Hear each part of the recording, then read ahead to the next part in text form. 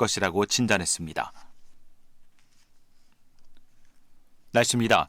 오늘 제주도와 남부지방, 강원의 남쪽 지역과 충청지방에는 비가 내리겠고 수도권과 강원 북부 지역에도 점차 비가 확대되겠습니다. 이번 비는 모레까지 이어지면서 지역적으로 많은 비가 쏟아질 것으로 예상됩니다. 모레까지 예상 강우량은 중부지방에 100에서 최고 300mm 이상, 강원 영동과 호남, 경남 남해안과 제주도는 50에서 150mm, 영남 지방은 30에서 100mm입니다. 기상청은 오늘은 남부지방, 내일과 모레는 중부지방에 집중호우가 오는 곳이 있겠다고 내다봤습니다. 지금까지 김태규였습니다. KBS 1라디오 5시 뉴스를 마칩니다. 5시 5분입니다. KBS.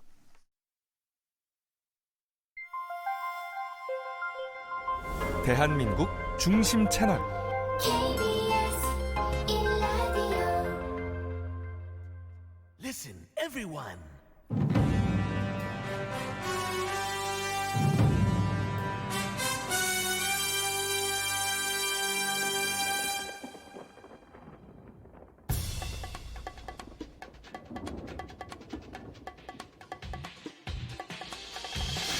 김용민 라이브.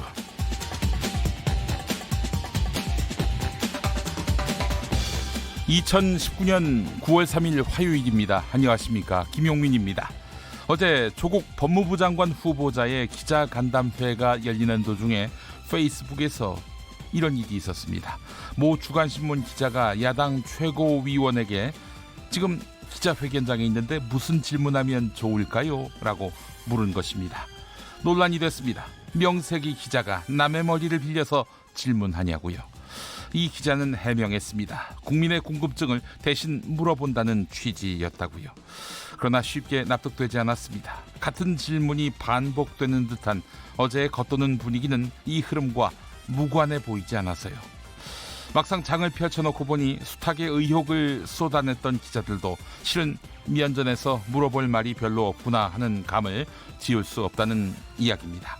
물론 질문자의 주류를 이루던 젊은 기자들이 이런 분위기에 익숙하지 않을 수 있겠지요. 상황이 이렇다면 저는 이 기자들의 데스크인 선배들이 국회에 달려와서 마이크를 잡고 물었어야 하지 않을까 생각합니다. 왜 그렇게 안 했을까요? 혹시 얼굴 드러내놓고 남에게 왜 푸도덕하게 살았냐고 물어보자니 마음에 걸리는 게 있었던 것일까요? 오늘 아침 한 종합일간지 제목입니다. 없었다, 몰랐다, 조국의 해명회. 말은 바로 합시다. 이번 기자간담회를 조국의 해명회로 만든 건 기자들, 바로 본인들입니다. 당신의 저녁은 아침보다 똑똑하다. 여기는 김용민 라이브입니다. 대한민국에서 가장 겸손한 스피커가 되고 싶습니다. 여러분은 지금 KBS 1라디오를 듣고 계십니다. 영상으로도 함께 하실 수 있어요. 유튜브 KBS 1라디오 계정, 그리고 김용민 TV로 함께 하실 수 있습니다. 유튜브 검색창에 KBS 1라디오 또는 김용민 라이브 검색해 주시기 바랍니다. 자, 오늘도 많이 준비했습니다. KBS 1라디오 김용민 라이브 힘차게 출발합니다.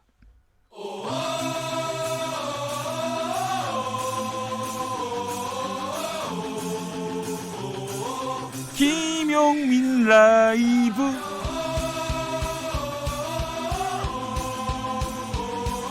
매일 오후 5시 5분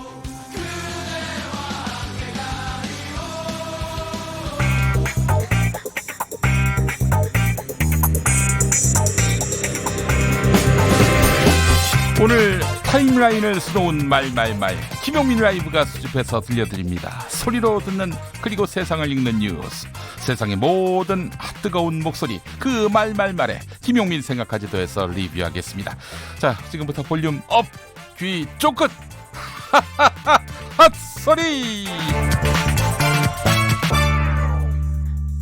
주광덕 자유한국당 의원이 조국 법무부 장관 후보자가 어제 딸의 단국대 의학 논문 제1저자 등재 문제에 대해서 딸아이가 영어를 잘해서 큰 기여를 했다, 이런 취지로 해명한 것에 대해서 전혀 말이 안 되는, 납득할 수 없는 궤변이다, 이렇게 반박했습니다. 조국 후보자 딸이 영어를 잘했기 때문에 제1저자에 문제가 없고 고려대 입학에 문제가 없었다는 말은 거짓 해명이라 확신한다, 이렇게 강조했습니다. 이 같은 내용은 제보받은 것이라고 하는데요. 오늘 자유한국당이 주최한 조국 후보자의 거짓과 선동 대국민 고발 언론 간담회 현장에서 했던 말 들어보시죠. 후보자의 어제 기자 간담회에서의 말에 분노가 치밀어 올라서 추가 제보를 합니다. 구체적인 성적 내용은 생활기록부에 이렇게 기재되고 있습니다라고 했습니다. 한영 외고에는 과목이 16과목 정도가 됩니다.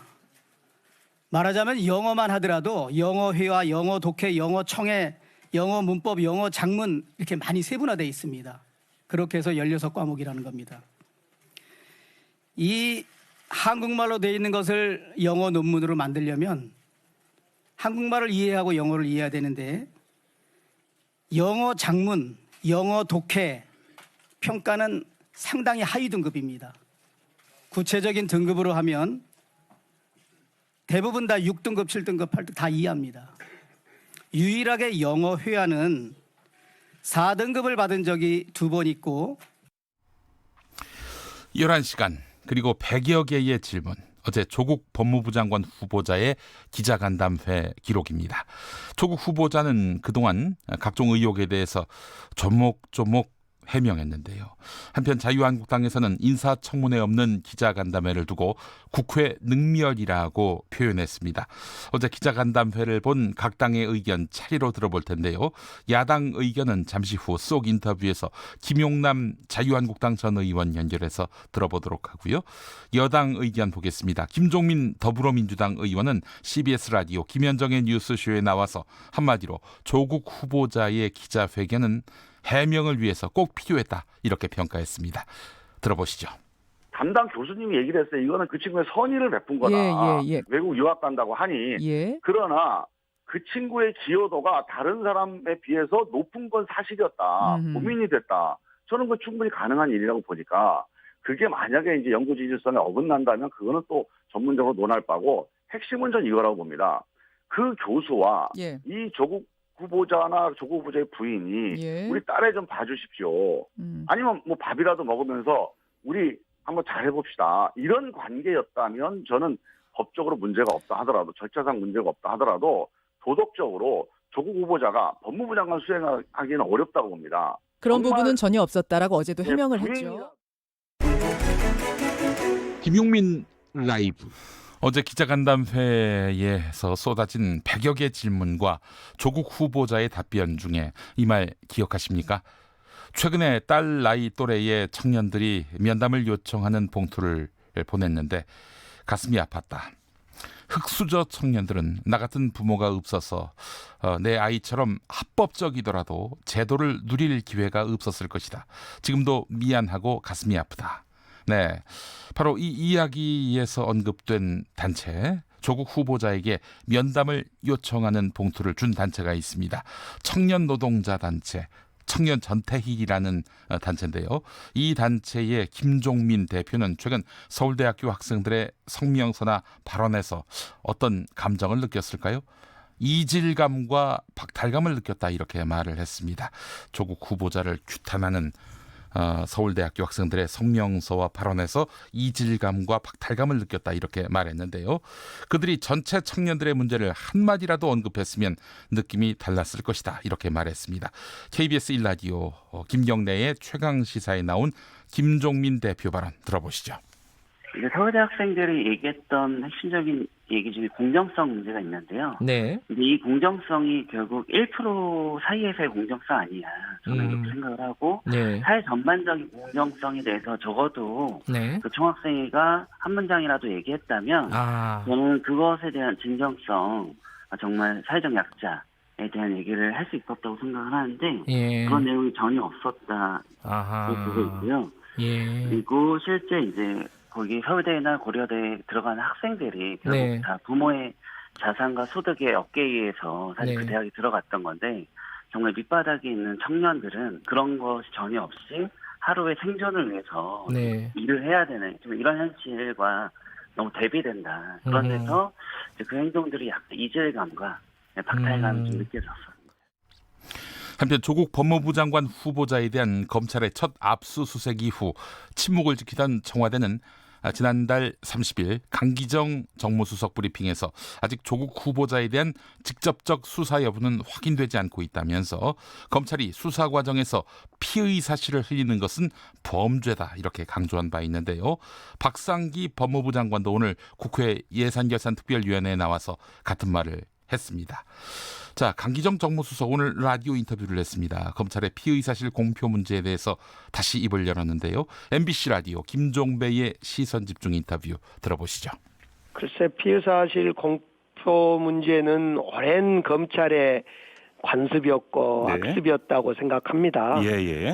지금 그 문제가 종료됐냐 문제는 지금 제가 답변드리기 어렵습니다. 왜냐하면 저는 당시에 윤석열 검찰총장이라면 이런 잘못된 악습에 대해서 분명히 끊어야 된다 이런 취지의 이야기였습니다.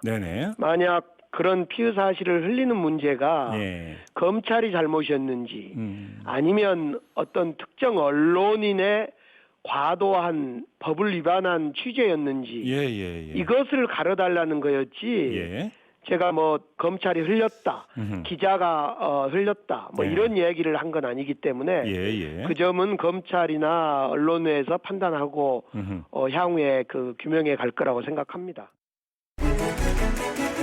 김용민 라이브. 지난주 금요일 나경원 자유한국당 원내대표가 부산 지역 장외 집회에서 한 발언이 있습니다. 일명 광주1고 정권 발언인데요.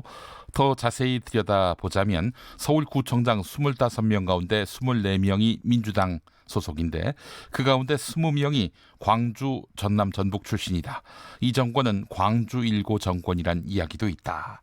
네, 이런 말이었습니다. 그렇다면 나경원 원내대표의 이 발언에 대해서 당사자인 서울시내 구청장들은 어떻게 생각하고 있을까요? MBC 라디오 김종배의 시선집중에서 서울특별시 구청장협의회장인 김영종 종로구청장에게 물어봤습니다. 나경원 원내대표가 이 발언을 굳이 부산에서 한 데에는 지역 감정을 조장하기 위한 목적이 숨어 있다고 볼 수 있는 것 아니냐 이런 말을 했습니다. 김영종 구청장 말 들어보시죠. 저는 분명히 그렇다고 봅니다.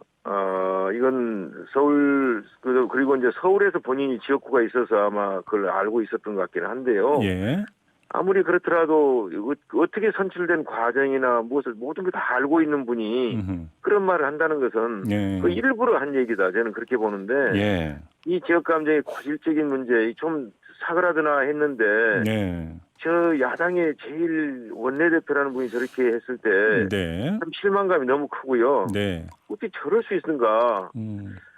우리 국민의 수준도 따라가지 못하는 이 정치인들 아닌가 할 정도로 저는 분개했습니다. 가인의 진실 혹은 대담 듣고 오겠습니다.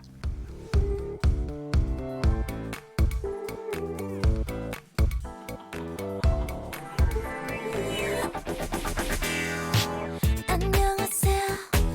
얘기 좀 할까요? 그렇게 나를 잘한다고요. 참 이상해요.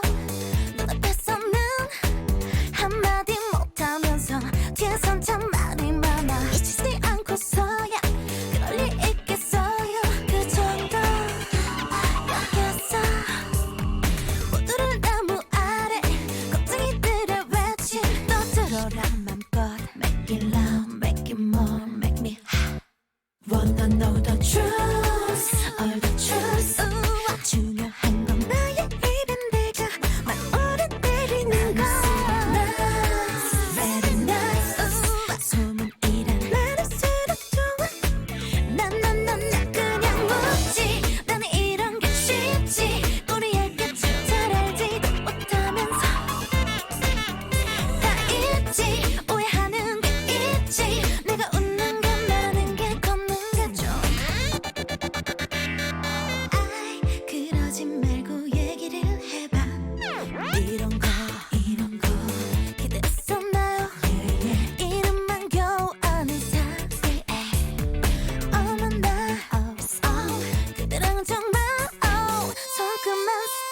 나간 아주 난리 나겠어요. 미치지 않고서야 이름만 안 사이에 그런 걸 하겠어.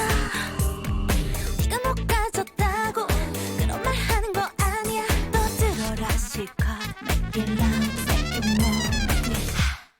Wanna know the truth, all the truth. 중요한 건 나의 입인 내가 막 오래 때리는 거. Very nice, 소문이란 말할수록 좋아. 난 그냥 묻지. 나는 이런 게 쉽지. 우리에게 잘 알지도 못하면서 다 있지. 오해하는 게 있지. 내가 웃는 게 말하는 게 걷는 게 좀 True or dare.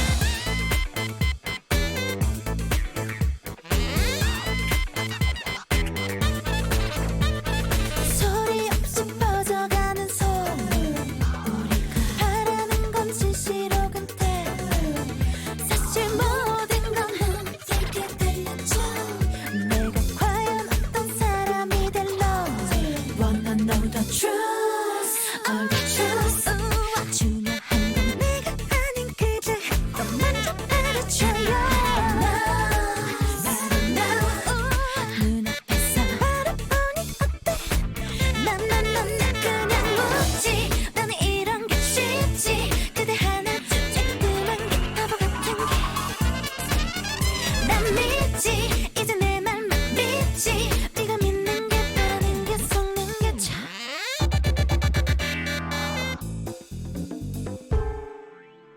김용민 라이브 함께하고 계십니다. 자, 애청자 여러분들의 문자 의견 속속 들어오고 있습니다. 샵 9730 짧은 문자 50원, 긴 문자 100원. KBS 모바일 라디오 콩으로는 무료. 네, 무료로 글을 올리실 수 있습니다. 자, 이진주님, 어제 간담회 보니까 사법개혁도 사법개혁이지만 언론개혁도 시급하게 해야 하겠구나 싶던데요. 예, 언론개혁을 사실 누가 합니까? 이거 언론인 스스로 해야지요. 네, 고칠 생각이 없다면은 언론개혁은 유언한 일 아니겠습니까? 예, 굉장히 답답했습니다. 어떻게 했던 질문을 또 하고 말이죠. 예. 자, 그리고 박타조님, 생활기록부 아무나 발급 가능한 겁니까? 개인정보법은 어디 있습니까? 라고 하셨습니다. 주광덕 자유한국당 의원이 조국 후보자 딸의 내신 성적 이런 것들을 공개한 점. 뭐 누군가의 제보를 받았다고 했기 때문에 뭐 생활기록부를 훔쳐봤다 이렇게 단언하기는 쉬운 단계는 아닙니다만은 근데 몇 등급 이거 어떻게 다 할 수가 있을까요? 저도 좀 의문이 들더라고요. 예. 자, 여러분과 함께하는 방송입니다. KBS 1라디오 김용민 라이브 교통정보센터 다녀오겠습니다. 오수미 씨. 네, 이 시각 교통정보입니다.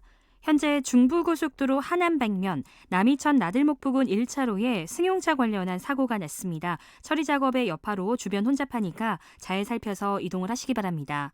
더 가서는 경기 광주에서 중부 1터널까지와 하남 분기점 일대에서 각각 서행으로 지나갑니다. 서울 외곽고속도로 구리에서 판교 쪽은 광암터널 안 1차로에 고장난 차가 서 있습니다. 처리 작업의 여파로 정체고요. 이전에 구리 남양주 요금소에서 상일까지는 5km 막히고 성남에서 판교 쪽으로도 느리게 이동을 합니다. 경부고속도로 서울 쪽으로도 남사부근 5차로에 고장난 화물차를 처리하면서 지장을 받아 밀리고 있습니다. 더 가서는 기흥에서 수원, 판교 분기점과 달래내에서 반포까지 천천히 지나갑니다. 남부권에서도 빗길 속에 돌발 구간 더욱더 주의를 해서 지나셔야겠는데요. 울산 부산 간 고속도로 부산 방면으로 온양 부근 2차로에 고장난 승용차를 처리 중이니까 잘 살펴서 지나셔야겠습니다. 지금까지 KBS 교통정보센터였습니다. 김용민 라이브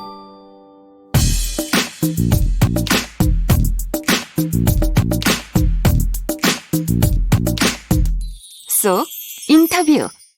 귀에 속 맘에 속 쏙쏙쏙 인터뷰 시간입니다. 어제 조국 법무부 장관 후보자의 기자간담회 그리고 오늘 같은 장소에서 열린 자유한국당의 반박 언론 간담회.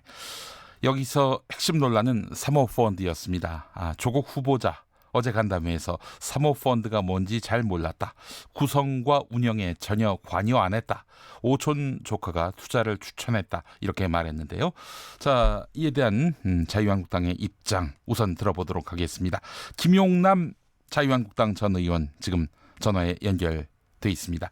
자, 김용남 전 의원님 나와 계십니까? 네, 안녕하세요. 네. 김용남입니다. 요즘 아주 활발히 또 여기저기 출연하시더군요. 예. 알겠습니다. 자, 오늘 자유한국당 주최로 열린 대국민 고발 언론 간담회, 그중에서도 네. 김용남 전 의원께서 사모펀드 투자 의혹과 관련해서 문제 제기하셨는데 어제 그 기자간담회에서 조국 후보자가 관련 의혹을 전면 부인하지 않았습니까? 어떻게 그렇죠. 들으셨습니까? 사실은 이게 조국 후보자가 본인만 똑똑하다고 생각하고 다른 사람들은 다 본인만 못하다고 생각하는 것 같습니다. 사실은 사모펀드 관련해서는 조국 후보자는 처음부터 거짓말로 일관했죠. 그러니까 본인의 직계 가족, 그러니까 부인, 딸, 아들 명의로 들어간 블루코어라는 사모펀드의 다른 투자자들이 누군지 모른다고 했는데 그건 이미 처남과 두 아들 명의로 3억 5천만 원이 들어간 게 밝혀졌었고요. 또 어제는 이게 사모펀드에 투자하게 된 경위가 민정수석에 취임하고 나니까 직접 주식 투자는 못하게 돼 있어서 펀드에 가입한 거다. 이렇게 해명을 했어요. 예. 조국 후보자가 민정수석에 취임한 건 2017년 5월인데 네. 그 2달 전에 조국 후보자의 부인인 정경심 교수가 네.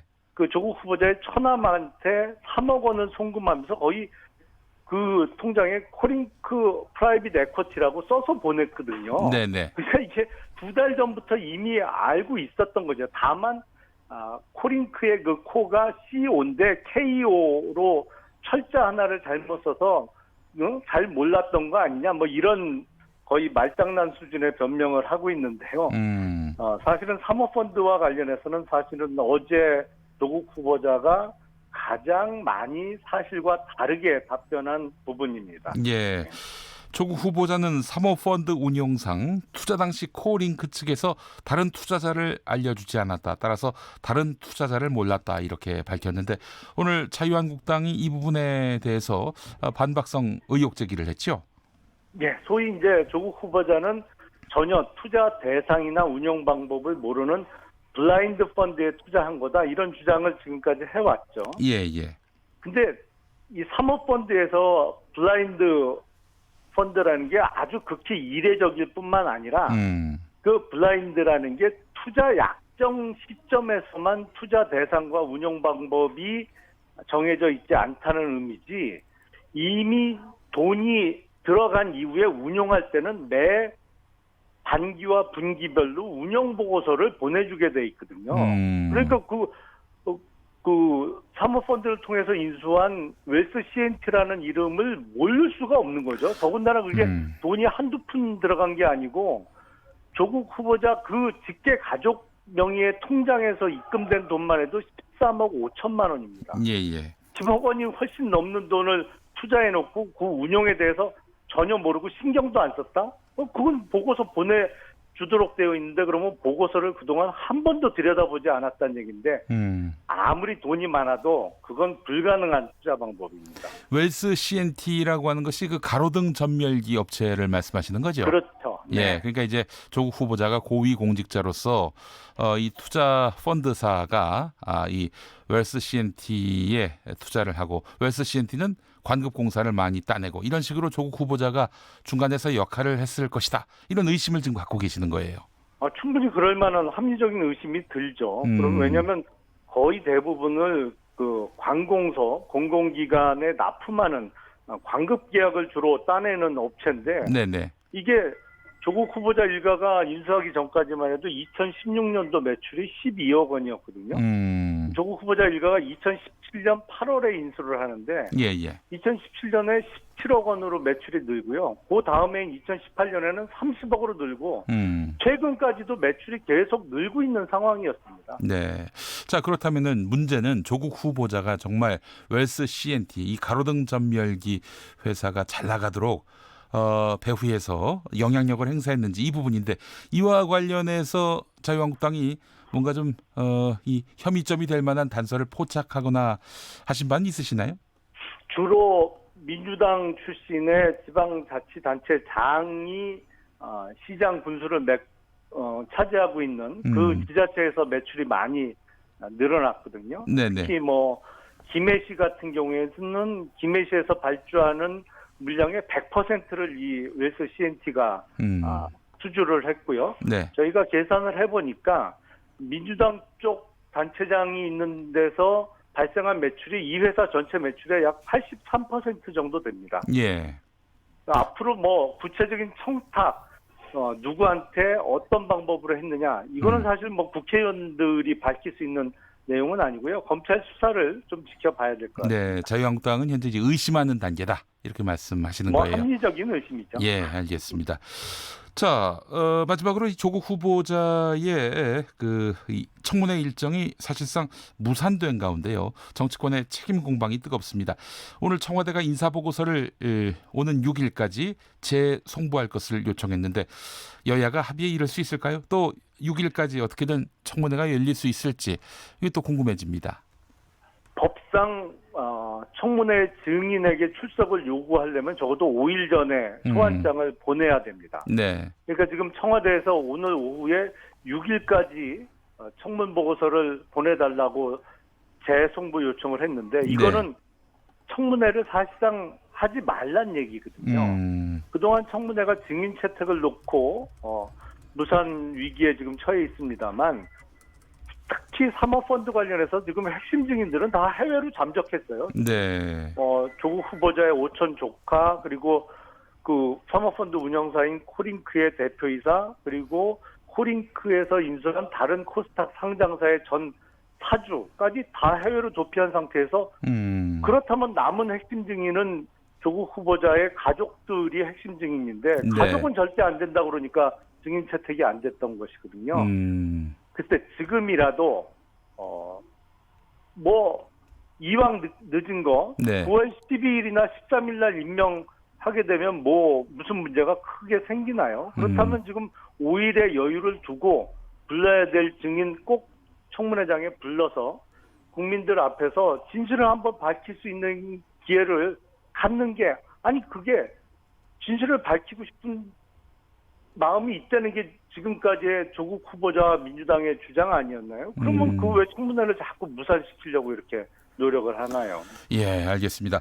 자, 김용남 의원님, 그 자유한국당 조국검증 TF의 그 소속원이신데, 네. 자, 이 오늘 주광덕 의원께서 조국 후보자 딸의 내신 성적을 일부 이제 공개를 했단 말이죠. 제보에 의한 이런 공개라고 말씀하셨는데, 네. 아무리 봐도 이게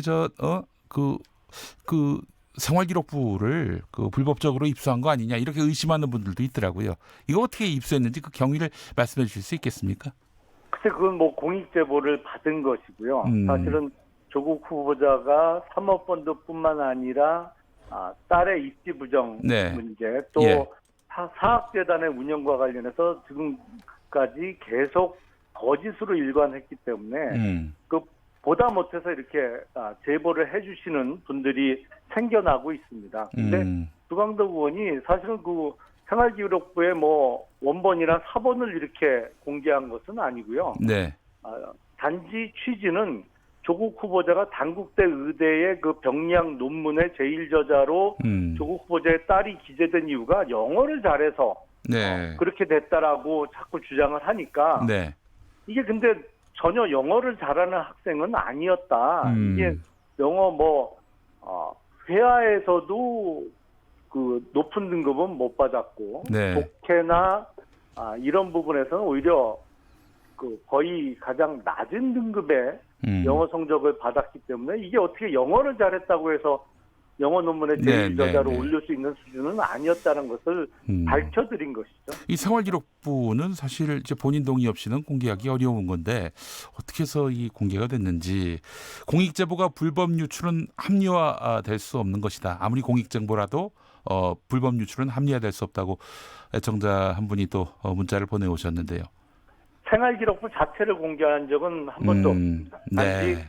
그 생활기록부의 기재 내용이 조국 후보자의 주장과는 전혀 상반된다는 이야기를 드린 것입니다. 네, 알겠습니다. 자, 김용남 의원님 오늘 말씀 잘 들었습니다. 네, 감사합니다. 네, 애청자 전형민님, 김용민과 김용남 친척 아니냐라고 물어보셨는데 전혀 아닙니다. 예, 이 점 해명해드리고요. 자, 그렇다면은 이번엔 선대인 경제연구소장을 연결해서 사모펀드 논란과 관련한 또한 견해를 들어보도록 하겠습니다. 선대인 소장 나와 계시죠?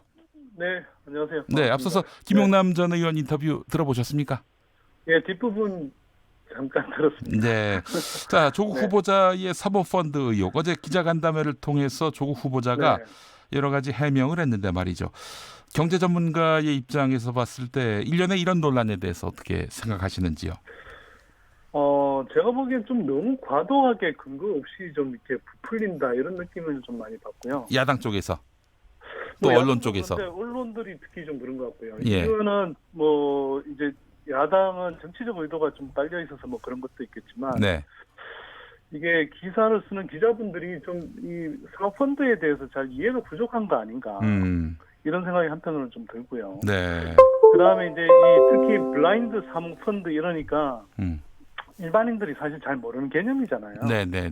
예, 거기다가 왠지 이름이 좀 왜 블라인드라는 표현 자체가 뭔가 흑막이 깔려 있는 것 같고 그러니까 사실 이 말 표현 자체가 사실 그렇게 쓱 좋은 느낌이 아니니까 이게 또 많은 사람들이 오해하기 쉬운 것 같아요. 이런 상황에서 이게 이제 뚜렷한 어떤 조국 교수가 뭐 부정행위를 저지른 게 뚜렷한 어떤 근거가 없는데도 불구하고 마치 보도를 보면 이렇게 조국 교수가 아주 최악의 상황을 이게 저지르는 것처럼 가정을 해서 이렇게 자꾸 예단 보도를 하는데 저는 좀 너무 나가는 보도들이 많다고 생각합니다. 알겠습니다. 자, 그렇다면 하나하나 한번 짚어보겠습니다.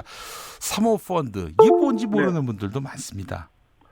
사모펀드는 말 그대로요. 그러니까 개인적이라고 표현하기는 좀 그렇겠네요. 공모펀드하고 이제 대비되는 말인데요. 공모펀드의 이제 말하자면 상대적 개념이 사모펀드다.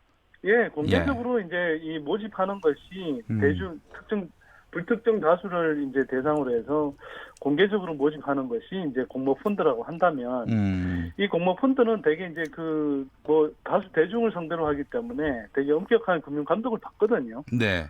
예, 근데 사모펀드는 이것도 역시 법적으로 허용되어 있습니다. 무슨 뭐 잘못되어 있는 게 아니고요.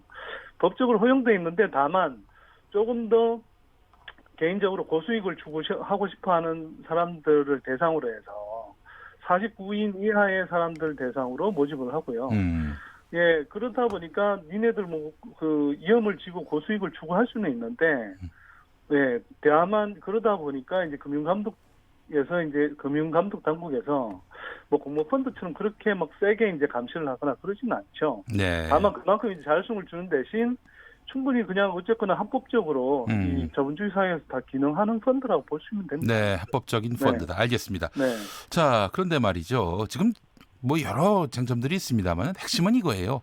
조국 후보자가 과연 법무부 장관을 할 만한 그런 인물인지 그걸 알아보기 위한 측면에서 보자면은 이 민정수석으로 있을 때 본인이 힘을 써서 가로등 전멸기 만드는 업체인 웰스 CNT가 영업 잘할 수 있도록 뒷받침해 준 거 아니냐. 말하자면 민주당 단체장이 장악한 그런 지자체의 가로등 전멸기를 보급할 수 있도록 이렇게 다리를 놔준 거 아니냐. 이게 사실이라면 사실 조국 후보자는 법무부 장관 하면 안 되죠. 그게 만약 사실이라면 그럴 텐데요. 이게 압력을 행사했다는 구체적인 증거가 하나도 없잖아요. 네, 자유한국당도 방금 인터뷰에서 합리적 의심이다 이렇게 이야기를 하고 있어요. 그러니까 그 합리적 의심이라고 하는데 저는 그 합리적 의심이 안 드는 게 불합리적인 왜냐하면 의심입니까? 전국 지자체가 뭐 골고루 들어가 있는데 대구는 야당 지자체장이잖아요. 예. 대구에서도 수주한 건들이 상당히 있거든요. 그러면 여당 지자체만 한 게 아니라 야당 지자체 지역도 했단 말이에요. 그러면 오히려 합리적으로 추론하기로는 그 조국 교수가 이렇게 민정수석으로서 압력을 행사했다기보다는 이 회사가 어차피 가로등 전멸기가 뭐 공공에서 주문하는 것이지 뭐 개인적으로 사용하지 않잖아요. 그럼 지자체들 대상으로 영업을 할 수밖에 없는데 이 지자체들 대상으로 이렇게 영업 활동한 게 그냥 수주로 잡힌 것이지. 이게 그 조국 교수가 힘을 써서 했다? 그럼 대구는 어떻게 할 수 있을까요? 저는 그 부분에서는 그게 합리적 의심이 오히려 조금 이상한 방향으로 흘렀다 이런 생각이 들고요. 네네.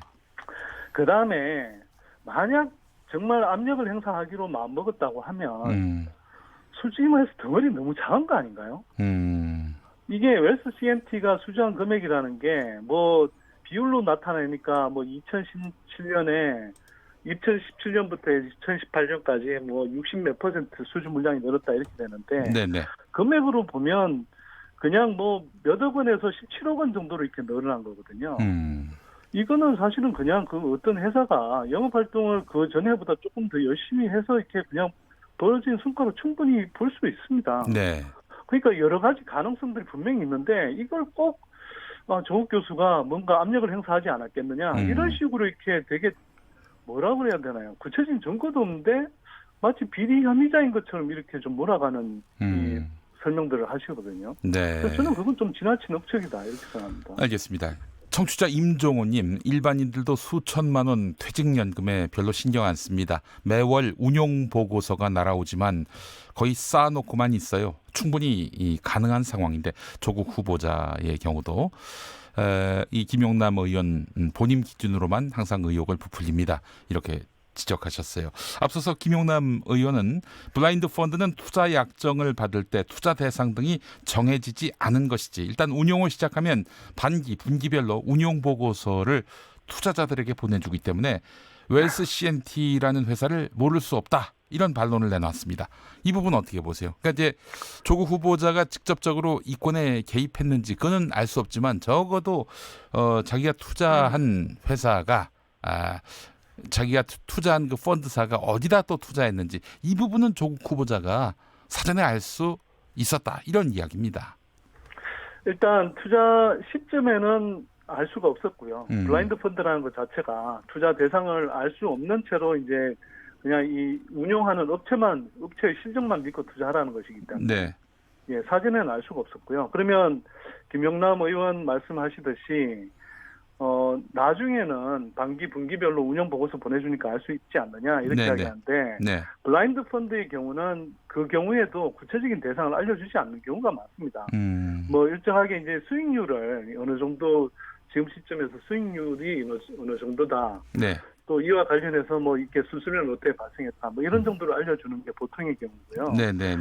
뭐 경우에 따라서는 알려줄 수도 있는데 어제 조국 교수가 그 기자간담회에서 들고 나온 그 운영 보고서 이렇게 원본을 보니까 네. 실제로 그 조국 교수가 이제 그걸 들면서 설명을 했잖아요. 예. 펀드의 방침상 투자 대상에 대해서 알려줄 수 없고 또 상세 내용에 대해서도 어디에 투자인지 알려주지 않는다 이렇게 나와 있다. 그게 지금 각 그 신문에 뭐 저도 이렇게 신문 보고 봤는데요. 신문에 그 사실이 다 찍혀서 그대로 있더군요. 그러니까 이걸 보면 알기 어렵다라고 생각하는 게 오히려 합리적인 추론 아닐까요? 네. 네. 알겠습니다. 자, 그 보유하고 있는 전 재산보다 더 큰 금액을 펀드 약정할 수 있는가? 이 부분도 쟁점입니다. 예. 네. 그건요, 뭐 사실 그러니까 이른바 약정 한도를 정하는 것하고 실제로 그 투자금을 얼마나 넣느냐 하고는 사실 좀 달라질 수 있어요. 네. 뭐 개인적으로 제가 말씀을 드리면 저도 뭐 개인 사모 투자조합 펀드를 한 두세 개 정도 이렇게 가입한 게 있거든요. 네네. 예, 근데 이게 기본적으로는 뭐 개인 투자조합 사모펀드인데 사실상 네. 여기의 경우에도 한도는 예를 들어서 한 1억 정도까지 뭐 하고 싶다 처음에 이렇게 정해놓지만 결국 돈이 없어서 한 3천만 원밖에 안 넣거나 그 한도만큼 못 넣는 경우들이 있어요. 그렇다고 해서 그게 무슨 특별히 문제가 되거나 그러지는 않습니다. 네. 예, 이게 결국은 한도라는 것하고 실제로 그걸 본인이 투자하는 금액하고는 다를 수 있고요. 네. 뭐 조 교수 어제 이제 설명을 들어보니까 그 사모펀드 회사에서 추가로 요청을 하지 않았다. 캐피탈 콜이라고 하죠. 네. 그러니까 더 요청을 하지 않았다라고 이제 설명을 하기 때문에 예, 한도 그렇게 정해져 있었다 하더라도 뭐 넣지 않았다면 그 자체가 무슨 대단한 불법이거나 비리가 아니다 이렇게 봐야겠죠. 네. 네. 알겠습니다. 저 기자 출신이기도 하고요. 선대인 소장. 네. 어제 네. 기자간담회를 보시면서 조국 네. 후보자에게 그 네. 어떻게 뭐 점수를 준다면 몇 점 주시겠습니까? 저는 뭐 이게 제가 적어도 아는 분야에 관한 하나는요. 네. 예를 들면 이게 이 사모펀드 관련해서는 언론들이나 또는 정치권에서 너무 정말 침소봉대해서 부풀리기 보도를 한다. 네, 그리고 아까도 좀 말씀드렸지만 이게 사모펀드를 그러니까 이 민정수석으로서 직접 투자를 할 수가 없어서 이 법적인 해석을 받고 이제 사모펀드라는 걸 들었는데 이게 뭐 직접적으로 알았을 거다. 그래서 압력을 행사했을 거다. 그리고 뭐 편법 정액까지 했을 거다. 뭐 이런 식의 굉장히 이상한 이야기들을 자꾸 하는데요. 네. 그거는 실제로는 사모펀드는 누구나 될 수 있는 것이고 네. 들었을 때 그 자체에서 뚜렷하게 구체적인 증거가 없다면 그냥 법적으로 다 맞게 한 것인데 이걸 굉장히 무슨 엄청난 비리를 저지른 것처럼 이렇게 자꾸 몰아가는 식의 보도를 하는 건 네. 좀 제가 볼 때는 이게 너무 과도한 공격이다 이런 생각이 들고요. 언론사들이 예, 의혹 제기라는 것은 저도 뭐 기자 생활을 해봤습니다만 마구잡이식 던지기로 이렇게 무책임하게 의혹을 제기하는 것이 아니라 구체적인 어떤 근거가 있거다. 적어도 많은 사람들이 충분히 공감할 만한 어떤 정황 증거가 있어야 되는데 네. 이거는 그냥 사모펀드 가입했다는 거 하나를 가지고 굉장히 악의적으로 계속 이른바 나쁜 방식으로 뇌피셜을 돌린다고 그러죠. 네. 예, 뇌피셜을 돌려서 지금 그렇게 자꾸 추정 보도를 하고 있는 것 아닌가. 네. 그런 생각이 좀 들고요. 예, 그래서 언론들이 좀 더 차분하게 보도했으면 좋겠다. 그리고 제가 또 느낀 것 중에 하나는 기자들의 금융 문맹이 지금 굉장히 심각하다는 생각이 좀 듭니다. 이게 사모펀드가 어떤 것이고 어떻게 작동하는지를 모르니까 그냥 정치적으로 굉장히 그냥 뭐 아니면 말고식의 의혹을 던지는데 그걸 계속 받아쓰기 보도를 하고 있거든요. 네. 그래서 이렇게 나가서는 안 된다. 한국 언론이 자칫 잘못하다가는 나중에 굉장히 큰 반성을 해야 되는 알겠습니다. 그런 상황이 될 수도 있다. 이렇게 생각합니다. 예. 자, 선대인 경제연구소장과 함께했습니다. 말씀 잘 들었습니다. 네, 고맙습니다.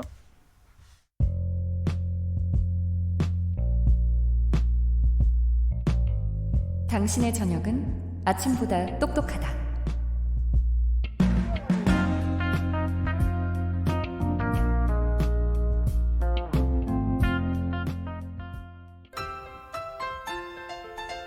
네, 여러분 안녕하십니까. 용용 엄기용입니다. 석석 불러보겠습니다. 석석. 네, 석석 오창석입니다. 네, 오늘 어디 나가 있습니까? 네, 저는 오늘 새벽까지 있었던 조국 법무부 장관 후보자의 국회 기자간담회 그 후기를 들어 나와 있습니다. 말씀드리는 순간 황교안 자유한국당 대표 나오셨습니다. 오랜만에 뵙습니다. 안녕하십니까. 그간 계속 활동해 왔는데 기자님들 저에 대한 애정이 좀 식은 듯합니다. 저한테 궁금한 점 없으십니까? 네, 어제 기자간담회 어떻게 보셨습니까? 아, 그거요. 어제 저는 1인 상황극을 보았습니다. 반치광을 보았습니다. 편법왕을 보았습니다. 네, 잘 알겠습니다. 잠깐만요. 다른 질문 없으십니까? 저도 질문 100개 대답할 수 있는데요. 밤샘 인터뷰. 네, 이번에는 바른미래당 후기도 들어보려고 합니다. 아, 이분도 오랜만에 뵙습니다. 얼마 전에 당대표 1년을 맞으셨죠? 축하드립니다. 네, 손학규입니다. 셀프 창문에 잘 봤습니다. 그나저나 방송 탄 김에 한마디 하겠습니다. 콩으로 들으면 외국에서도 제 목소리 들리겠지요? 네, KBS 모바일 어플리케이션 콩 해외에서도 깨끗하게 잘 들립니다. 그럼 독일 방향으로 한마디 하겠습니다. 안철수 듣고 있습니까? 듣고 있으면 대답하라 오바. 아, 진짜 오바하지 마시고 저 좀 그만 괴롭히십시오. 우리 함께 만덕산으로 제3의 길로 나가십시다. 오바. 미세 뉴스 보세요. 오늘의 뉴스는 조국 기자간담회 이후 말말말. 네, 시사평론가 김수민 씨, 오창석 씨 어서 오십시오. 네, 반갑습니다. 네, 속보부터 만나보겠습니다. 4시 10분에 윤도한 청와대 국민소통 수석의 브리핑이 있었습니다. 네, 문재인 대통령이 조국 법무부 장관 후보자에 대한 인사청문 경과보고서를 6일까지 재송부해달라고 국회에 요청을 했습니다. 네. 인사청문 아울러서 또 다른 후보자인 인사청문 대상자 6명에 대한 인사청문 경과 재송부를 함께 요청을 한 것입니다. 예, 그래요. 말씀드리는 순간 또 뱀이 나왔습니다. 그래요. 나는 단골 손님 아닙니까? 네. 동물의 왕국 제일 많이 나오는 동물이 바로 뱀이 아닌가 싶습니다. 예. 오늘 도마뱀도 나왔어요. 예. 자, 그래요. 이제 결국 이제 조국 후보자에 대한 임명은 이제 초일기에 들어갔다라고 봐야 되지 않겠습니까? 네, 지금 뭐 재송부 요청까지 하고 특별히 정부에서 흔들리는 기색이 없기 때문에 네네. 대통령이 순방 마치고 돌아오는 대로 임명하지 않을까 하는 관측이 좀 많죠. 네. 자, 그렇습니다. 주중에 그렇다면 임명할 가능성이 높은데 이미 뭐 보도를 통해서 9월 6일쯤에 네. 대통령이 임명할 것이다. 이런 보도도 나왔던 상황이고요. 네. 현재 자, 이런 해외 순방 중이기 때문에 예. 6일에 결제를 한 다음에 이제 전자결제를 이용할 것입니다. 전자결제. 예. 알겠습니다. 자, 이런 가운데 오늘 아침에도 검찰이 여러 곳을 압수수색했어요. 네, 맞습니다. 네, 서울대 의대부터 시작해서 검찰이 압수수색을 했는데요. 네네. 서울대학교 연건 캠퍼스 의과대학 행정실 압수수색 대상이었습니다. 네. 조 후보자가 딸을 위해서 서울대 의대 학과장에게 입시에 대해서 부당한 청탁을 했다. 이 의혹에 따른 것으로 보여지고요.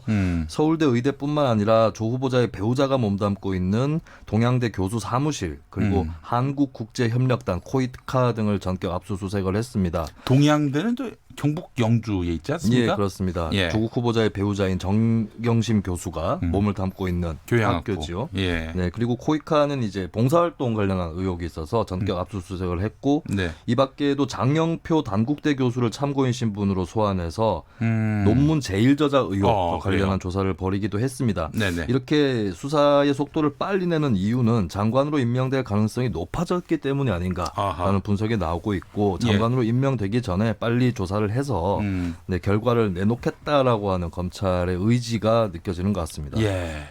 자, 이은지님 독일에서도 잘 들리네요라고 하셨습니다. 예. 홍안철수 전 대표도 잘 들을 수 있겠다 그런 생각이 듭니다. 예, 알겠습니다. 자, 조국 후보자의 청문회 개최를 둘러싸고 여야가 다시 논쟁을 벌이고 있는데 자유한국당 이제라도 청문회 해야 한다. 이런 입장이죠? 네, 맞습니다. 사실은 원래 9월 2일과 9월 3일에 양일간 개최하기로 했었기 때문에 만약에 열 의지가 있었다면 오늘이라도 열렸어야만 합니다. 근데 결국 오늘도 열리지 않은 것으로 보이는데요. 한국인은 가족을 제외한 나머지 증인을 불러서 주말 이후에 청문회를 개최해야 한다라는 입장을 통보했습니다. 만약에 청문회가 무산될 경우에는 국정조사 그리고 특별검사 수사를 본격 추진할 방침이다라고 얘기를 했고 여기에 대해서 민주당의 원내대표인 이인영 원내대표는 후보자가 기자간담회가 국회 인사청문회를 대신할 수는 없지만 지금까지 인사청문회를 가로막은 것은 자유한국당이다라고 책임 소재를 분명히 했습니다. 네, 알겠습니다. 자, 그래요. 이른바 정의당의 데스노트. 이 정의당이 반대하면 그 사람 장관 되기 힘들다. 이게 바로 정의당 데스노트인데 일단 기자간담회가 이제 끝났어요. 청문회는 하지 못했지만은 정의당 반응이 어떻게 나오느냐 초미의 관심사였습니다. 네. 근데 정의당이 아직까지 결론을 낸 것처럼 보이진 않습니다. 전략회의를 열어서 이 조 후보자에 대한 이야기를 나눴는데요. 결국은 결론을 내지 않고 다만 검증의 한계가 있었다 어제는. 그렇기 때문에 여야가 정쟁을 그만두고 지금이라도 당장 조국 청문회를 열자라고 호소를 했습니다. 그리고 평에 대해서는 자신이 금수저였다는 점을 솔직히 인정하고 그리고 불찰에 대해서 사과했다라는 측면도 있었지만 아직까지는 모든 것이 해소되지 않았다라고 이야기를 했습니다. 지금 정의당 입장이 굉장히 좀 난처해진 상황인데 정의당을 지키는 지지자들 역시 2030이 많습니다. 그러니까 정의당에서 조국 후보자 임명에 찬성한다, 동의한다라는 표현을 할 경우에 기존의 2030 세대 이탈이 우려가 되고 또 반대를 하자니 사법개혁 어떤 결론을 내리더라도 맞습니다. 사법개혁의 발목을 잡는다는 비판이 상존하기 때문에 지금 당장에 어떠한 선택을 내리는 것이 어렵다라고 많은 전문가들이 분석하고 있습니다. 알겠습니다. 정의당이 어떤 선택을 내릴지 김수민 평론가 네. 한번 예측해 주신다면. 저는 글쎄요 그 인사청문회까지 계속 지켜볼 것 같은데 네네. 조금 찬성적으로 기울지 않을까. 굳이 예측하라면. 네. 지금까지는 좀 까칠한 입장이었고 갈수록 비판 여론이 높아지고 있다. 조국 후보자에 대한 비판 여론이 높아지고 있다. 그렇게 김종대 네. 그 원내대변인이 밝혔다가 또 당내에서 이런저런 또 논란이 이제 일었는데. 네. 그리고 8월 말부터 조금 다시 선회해가지고 반대로 기울어지다가 찬성으로 다시 오는 듯한 네. 그런 모습이었죠. 예, 알겠습니다. 그래서 더욱더 정의당이 어떤 입장을 내놓을지 궁금해집니다.